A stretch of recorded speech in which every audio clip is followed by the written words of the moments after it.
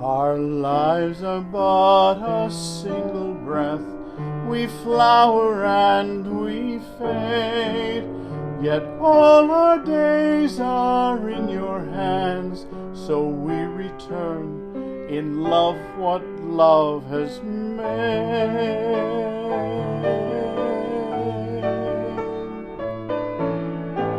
Eye has not seen, ear has not heard what God has ready for those who love Him. Spirit of love, come give us the mind of Jesus. Teach us the wisdom of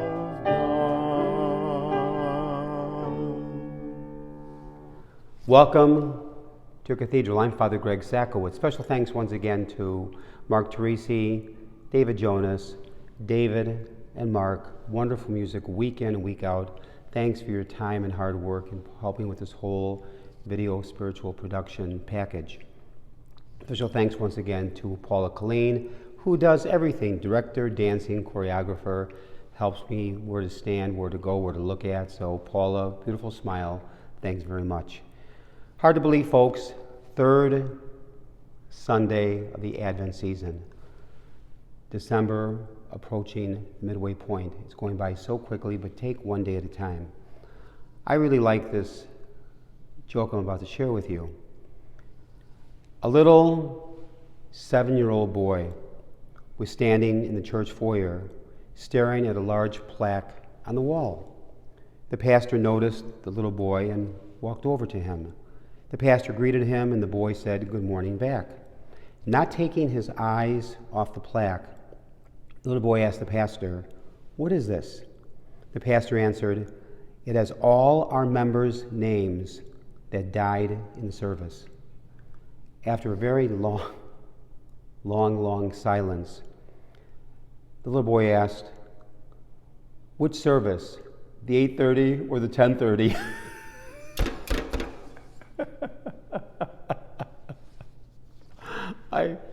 I've always liked that one. All of us live with a particular awareness. For example, those that know me know that I'm a sports fanatic. Since I could walk, my Uncle Ted taught me football, basketball, baseball, softball. I did every sport except hockey. I really never learned how to ice skate. So I've always been a sports fanatic. Therefore, I have a particular awareness for the sports section of the newspaper every morning. Someone else may have a particular awareness for theater or the arts. This person may know all the plays that are happening in the Chicagoland area. We all have a different particular awareness that makes some things very important to us and other things very unimportant. I hate to be honest with you, but my mother was huge into the arts, former opera singer. I don't like the opera. I'm not big into the arts, but I'm very appreciative of it. But my area was one with sports. Now consider for a moment the particular awareness of John the Baptist with this weekend's gospel reading. He's in prison, frustrated, and maybe somewhat disillusioned, losing hope. He sent a message through Jesus' disciples to ask him, "Are you he who is the one, or do we wait for another? Are you he who is the one, or do we look for another?" And we're never told whether John's disciples ever made it back to him with Jesus' answer. We are never told because the question is not asked for John's benefit, but rather for our own benefit. Are you he who is to come, or do we look for another? Daniel Berrigan once wrote a wonderful little book entitled 10 Commandments for the Long Haul. Daniel Berrigan, 10 Commandments for the Long Haul. I would highly recommend it.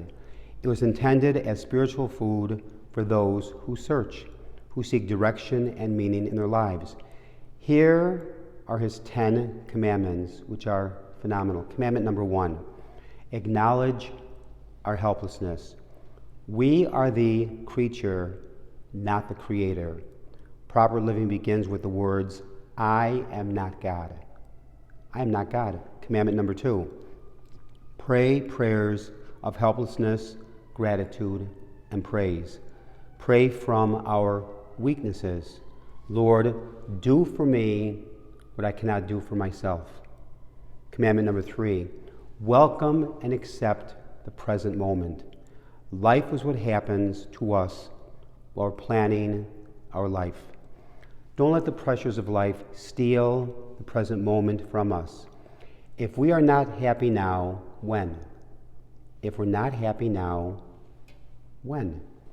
Commandment number 4, give yourself permission to be inadequate. Don't be too hard on yourself, or especially on others. God does not keep us from falling and failing, but God always forgives when we do. I like that. God does not keep us from falling or failing, but God always forgives us when we do. Commandment number 5, if we're critical without being loving, we're destructive. If we're loving without being firm, we're weak. I'll say that one again. If we're critical without being loving, we're destructive. If we're loving without being firm, we're weak. Commandment number 6, I think is my favorite one. Forgive your past. 3 words. Forgive your past. Commandment number 7, imitate Christ. Imitate Jesus Christ. Commandment 8, bathe in the goodness of life. We have divine permission to be happy. Commandment number 9, this one's for me.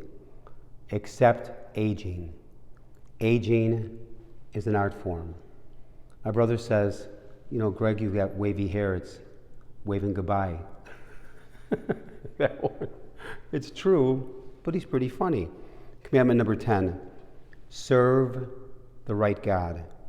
Don't bow to any false god created in the image and likeness of our own tensions and bitterness. Those are profound 10 commandments from Daniel Berrigan. Am I sometimes not aware of the Lord's presence in my life because I expect the Lord on my terms instead of entering the mystery of God's presence on His terms? Expectations can sometimes get in the way of fulfillment and lead to disillusionment and disappointment. Like John, we need to let go on the Lord's terms and be open to what God asks of all of us as His disciples through our baptism. Expectations can sometimes get in the way of fulfillment and blind us to what the Lord's presence really means in our life. The following powerful letter, written by a woman to the late Joseph Cardinal Bernardine, who died back in November of 1996, may better clarify how expectations can sometimes blind us and how life can't always be on my terms. She wrote this years ago. Dear Cardinal Bernardine, I came to the Catechist Mass today here at Holy Name Cathedral to hear you preach and to renew my commitment of service. I came full of hope to meet you, a great man of God. On my way to Holy Name Cathedral, I found a $20 bill on the ground and put the $20 bill in my pocket. During Mass, I was distracted by a poor elderly man standing all by himself in the corner of the cathedral. I felt sorry for him, but it was not until your homily that I realized that the money I found on the ground belonged to him and not to me. I was afraid as I approached him that he might be embarrassed or reject my small gift.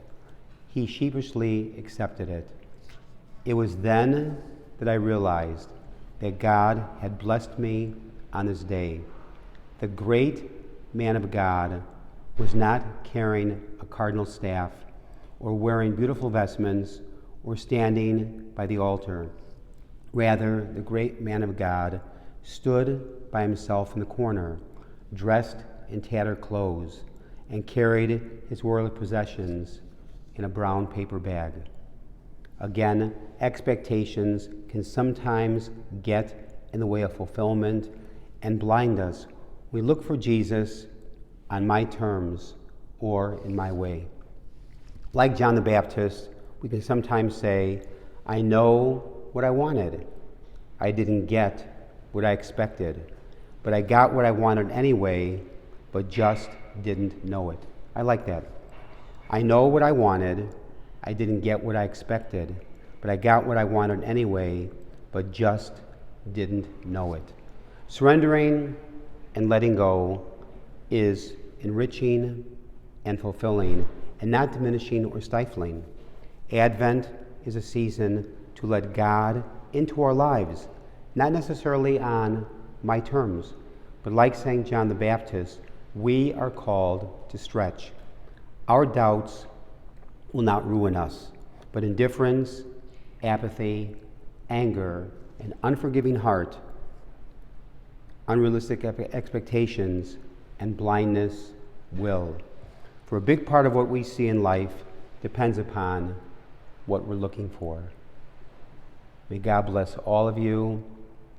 The bearers, I gave up. God bless. Amen.